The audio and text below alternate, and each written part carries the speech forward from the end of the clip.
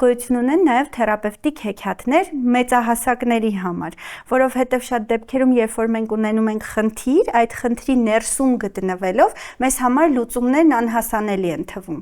Բայց երբ որ հեքիաթի մեջ, պատմության մեջ մենք կողքից ենք դիտում իրավիճակը, շատ բան ավելի պարզ եւ հասկանալի է դառնում։ Ու միևնույն հեքիաթը կամ առհասարակ պատմվածքը շատ դեպքերում վերընթերցելուց մենք լրիվ նոր աշխարհ ենք մեզ համար բացահայտում։ Միշտ կոնկրետ իմ դեպքում Նարդոսի սպանված աղավնին 4 անգամ ընթերցել եմ, 4 անգամ մեկ այլ տարբերակով եմ հասկացել։ Նույն Աղջիկը եւ լուցկիները հեքիաթը բնականաբար, ինչպես արդեն նշեցիք, բավականին տխուր է, բայց միևնույն ժամանակ շատ լուսավոր ու դրական ինչ-որ բան է թողում, որովհետեւ շեշտը դնում է ապրած կյանքի, ձեռք բերած դրական օրերի, հիշողությունների վրա, որովհետեւ երբեմն մենք արժեզրկում ենք մեր կյանքը, եթե ինչ-որ բանի կոնկրետ չենք հասնում, բայց մոռանում ենք այն հսկայական ճանապարհը, որն արդեն անցել ենք ու այն հաջողությունները, որ արդեն ունեցել ենք։ Սա լավ օրինակ է, որպեսզի մեծահասակները եւս մոտենալով հեքիաթին ունենան կյանքի վերլուծություն եւ այդ վերլուծության արդյունքում հասկանան, թե որքան